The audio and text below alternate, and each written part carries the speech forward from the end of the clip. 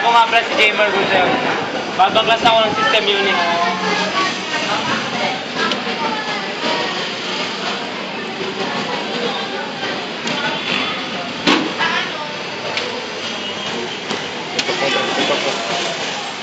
Una, tatanggalin ko tong power supply.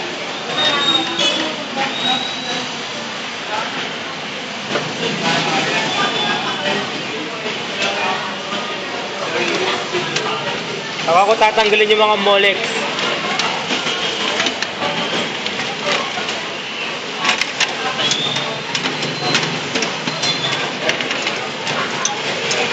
Tawag dito.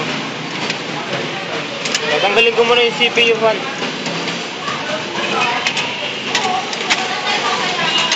Para matanggal ko yung power supply. Ito na.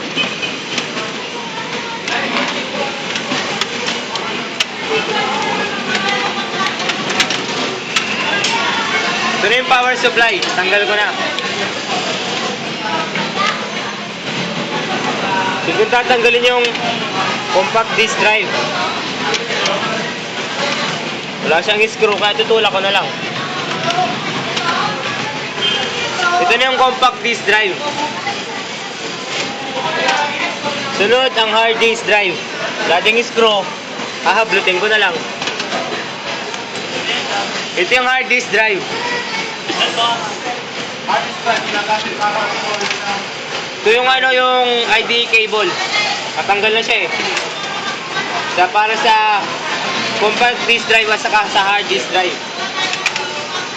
Tatanggalin ko na yung motherboard. Dating screw. Ito yung motherboard. Ito yung tinatawag na motherboard. Ito pala ay ito yung memory. DDR siya. DDR yung memory yung gamit. Tapos wala din siyang LAN card. Dito nilalagay yung LAN card. Tapos yung video card dito nilalagay kaso wala. Babalik ko na yung memory.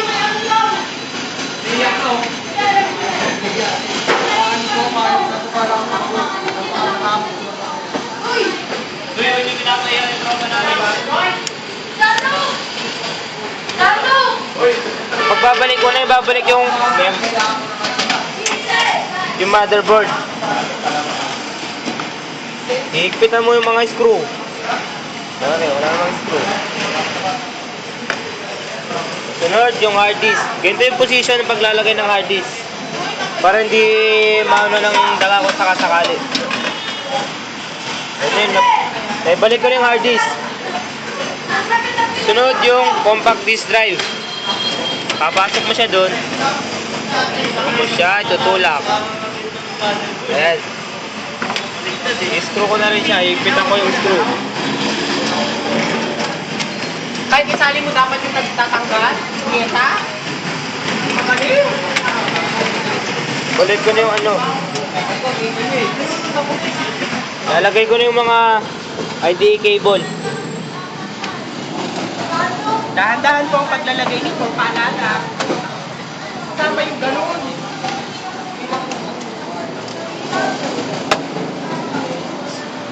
Yung isa pang IDE cable para sa hard disk. Alam mo, wala namang balikong pin, kaya pwede natin ilagay. Ayan, nalagay na yung IDE cable. Kakabit na rin natin siya sa hard disk, saka sa compact disk drive.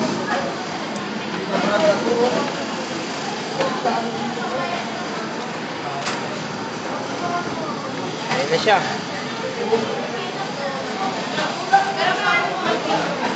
Kakabit ko na. Then, lalagay ko na yung power supply.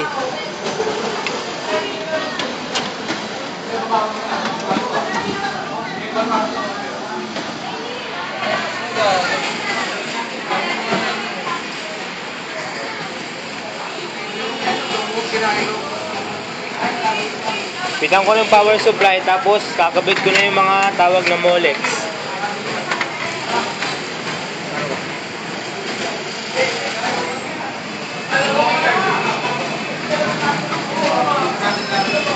Nakabit ko na yung molex. Then, pagkatapos nun, tatakpan mo na siya.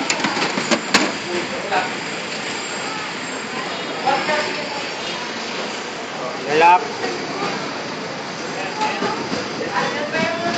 Ayan.